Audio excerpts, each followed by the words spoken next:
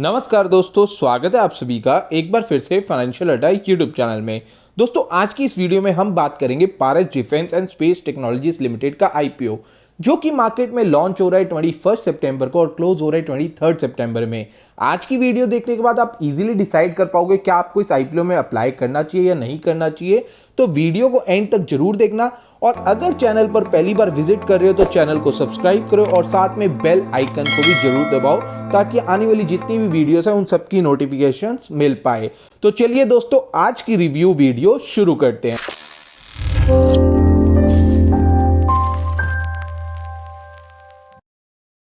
सबसे पहले यहां पर हम बात करेंगे Paras defence and space technologies limited company के बारे में। तो जो कंपनी है Paras defence and space technologies limited are primarily engaged in the designing, developing, manufacturing and testing of variety defence and space engineering products and solution. यानी ये जो design भी करती है, मैन्युफैक्चरिंग भी करती है, डेवलपिंग भी करती है और जितने भी ये सारे काम करती है उसकी टेस्टिंग भी करती है। क्या करती है? डिफेंस के और स्पेस इंजीनियरिंग प्रोडक्ट्स के प्रोडक्ट्स बनाती है और सॉल्यूशंस बनाती है।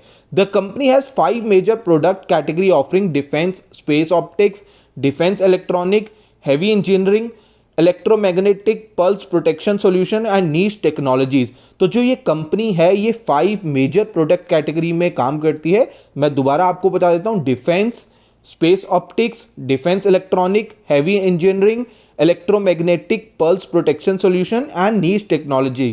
ठीक है, इसके बाद Paras defence and space technology is the only Indian company with the design capability of space optics and optomechanical assemblies and is one of the leading provider of optic for various Indian defense and space programs। guys, ये जो defence यानी पारस defence company है ना, ये only Indian company है जिसके पास design capability है space optic की। और सेकंड पॉइंट आ जाता है, इसके पास ऑप्टो मैकेनिकल असेंबलीज हैं और one of the leading provider है इसमें, ये ऑप्टिक्स में लीडिंग प्रोवाइडर है for various Indian defence and space programme. तो यानी जितने डिफेंस और स्पेस के प्रोग्राम होते हैं उसमें ये लीडिंग प्रोवाइडर होती है। तो ये चीज बात मेरे को इस कंपनी की बहुत बढ़िया लगी।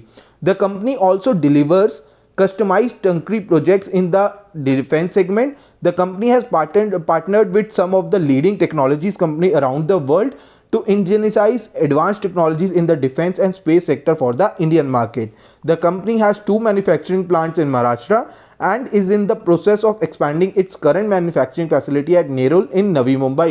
तो अभी कंपनी के पास 2 मैन्युफैक्चरिंग प्लांट्स हैं महाराष्ट्र के अंदर, और जो नेरुल प्लांट है ना नवी मुंबई के अंदर, उसको ये कंपनी क्या कर रही है? एक्सपैंड कर रही है। अब बात करेंगे हम इस कंपनी की कॉम्पिटिटिव स्ट्रेंथ के बारे में।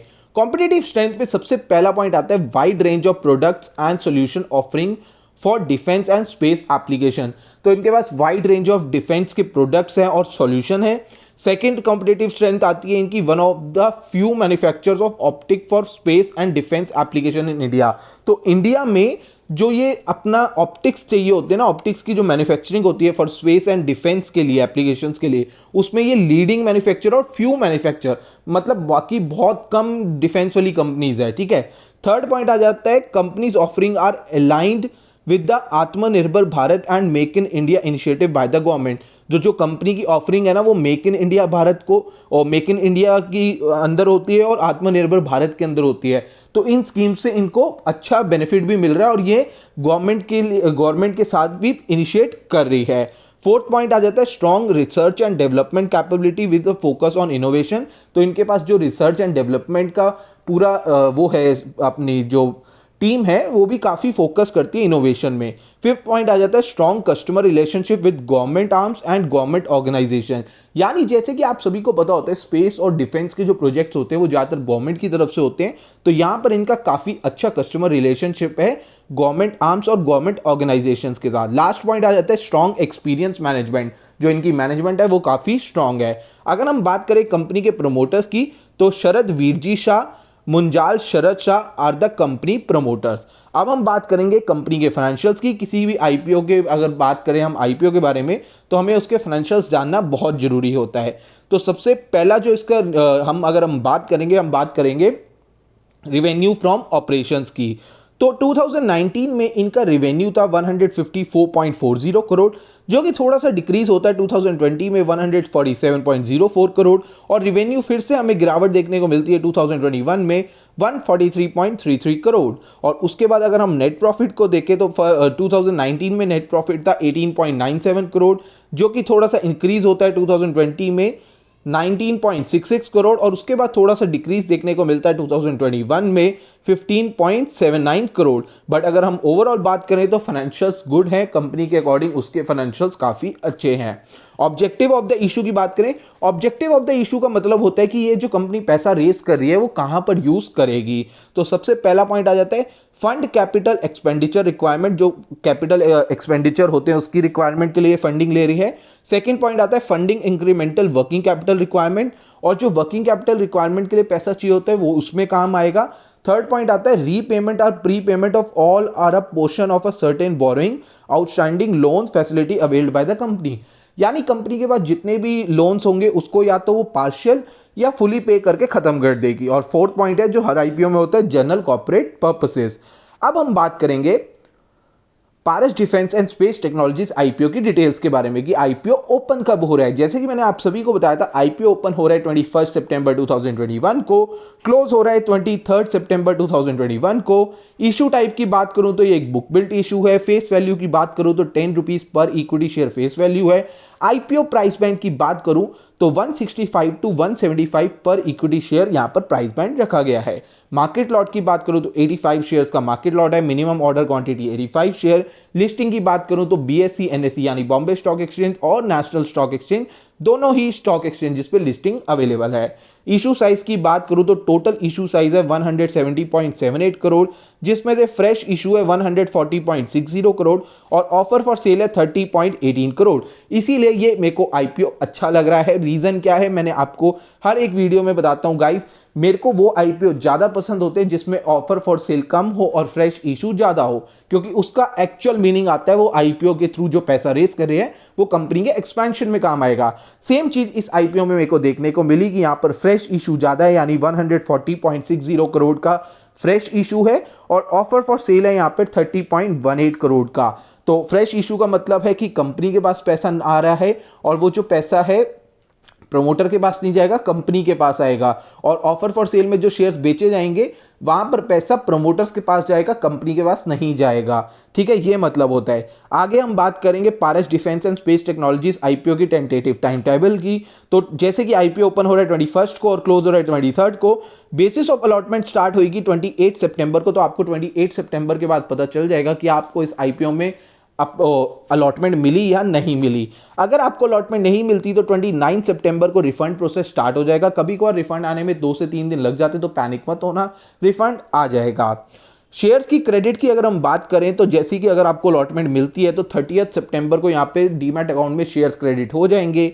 और लिस्टिंग की बात करें तो 1 अक्टूबर 2021 को यहाँ पर स्टॉक एक्सचेंजेस बीएससी और एनएससी पे ये स्टॉक लिस्ट हो जाएगा।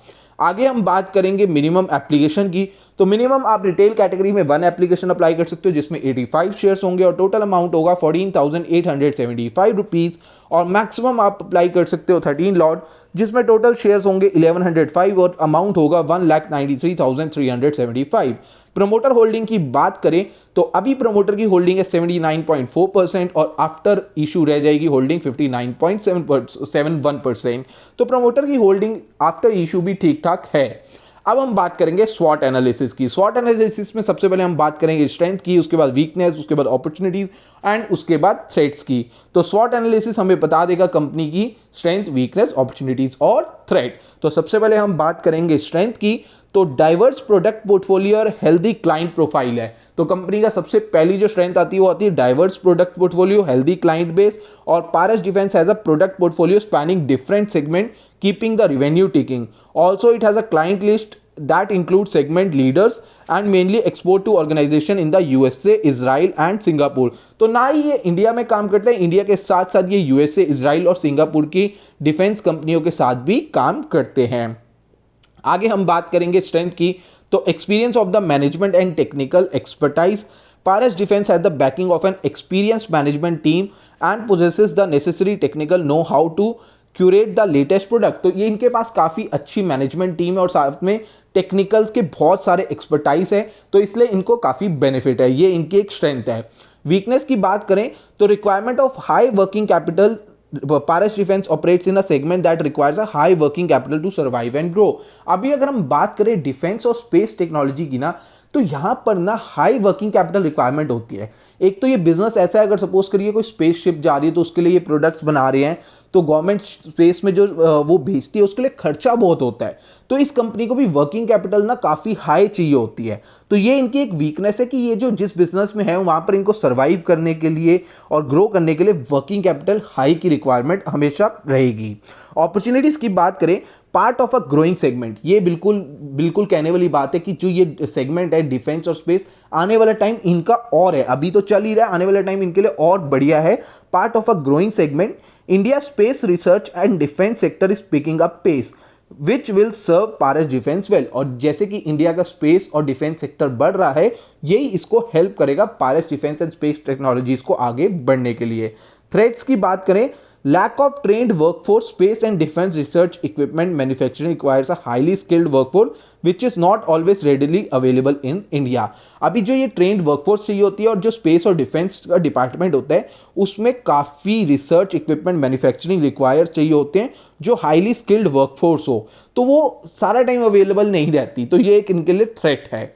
आगे हम बात करेंगे न्यूज़ की, तो पारस डिफेंस ने ऑलरेडी रेस कर लिए हैं एंकर इन्वेस्टर से 51.23 करोड़, तो ये ऑलरेडी रेस कर चुका है। आगे हम बात करेंगे किस किस से ये रेस करे हैं, तो Ashoka India equity investment trust से ये ऑलरेडी रेस कर चुके हैं, उसके साथ साथ ये एचडीएफसी ट्रस्ट कंपनी से, निपॉन लाइफ से अपना ये पैसा रेस कर चुके हैं और सेंट कैपिटल फंड से भी ये पैसा रेस कर चुके हैं, यानी इनको ऑलरेडी शेयर्स बेच दिए गए हैं और इनसे पैसा रेस कर लिया गया है। जीएमपी की अपडेट की बात करें तो जीएमपी अभी चल रहा है ₹200 और ये आईपीओ का जीएमपी इस टाइम चल रहा है बहुत ही बेहतरीन। उसके अकॉर्डिंग अगर हम मान के चलते हैं जीएमपी के अकॉर्डिंग लिस्टिंग हो जाती है तो ये लिस्टिंग ऐसी होगी जहां 100% से ऊपर हमारे को गेन देखने को मिलेगा। मैं फिर भी मान के चलता हूं अगर 100 रुपीज़ भी आईपीओ का प्राइस से 100 रुपीज़ भी लिस्टिंग हो जाती है तब भी 8500 रुपीज़ हमारे बन जाते हैं। तो लिस्टिंग के लिए मेरा व्यू क्या कहता है, मेरा व्यू कहता है लिस्टिंग के लिए तो जरूर लगाओ। मैं हर एक फैमिली मेंबर्स के डीमैट अकाउंट से एक एक अप्लाई कर रहा हूं लॉट। उसके बाद ये कंपनी एक ऐसे सेक्टर में है जहां पर हमें इन फ्यूचर बेनिफिट हो सकता है। नेगेटिव पॉइंट इनका ये आ जाता है कि ये T2T कैटेगरी में आ जाती है, तो वो एक इनके लिए नेगेटिव पॉइंट है, पर बाकी सब ये क्योंकि आईपीओ का साइज जो है वो स्मॉल है, ठीक है, इसलिए ये ट्रेड टू ट्रेड कैटेगरी में आती है, तो इंट्राडे इसमें अलाउड नहीं होता, आपको डिलीवरी ही लेनी पड़ती है, ठीक है। बाकी सारे पॉइंट्स मेरे को इस आईपीओ में कोई भी नेगेटिव नहीं लगे, मेरे को इसमें ज्यादा पॉजिटिव ही देखने को मिले, तो मैं तो हर एक फैमिली मेंबर के डीमैट अकाउंट से अप्लाई कर रहा हूं। आपको भी अगर फ्री डीमैट अकाउंट ओपन करना है तो एंजल ब्रोकिंग या अपस्टॉक के साथ ओपन कर सकते हो, लिंक डिस्क्रिप्शन में अवेलेबल है। तो मैं तो अप्लाई कर रहा हूं, आप भी अप्लाई करिए, ये आईपीओ अच्छा है। उसके साथ साथ मैं लॉन्ग टर्म के लिए भी कुछ शेयर्स होल्ड करूंगा, अगर मेरे को यहाँ पे अलॉटमेंट मिलती है तो मैं कुछ शेयर्स लॉन्ग टर्म के लिए भी होल्ड करूंगा।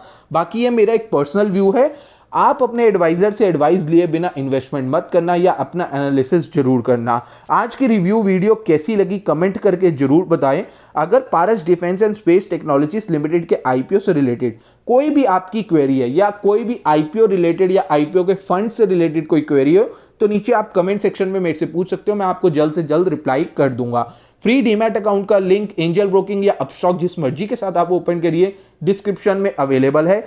आज की वीडियो के लिए इतना ही, मिलते हैं गाइस एक और नई वीडियो में। नमस्कार, धन्यवाद।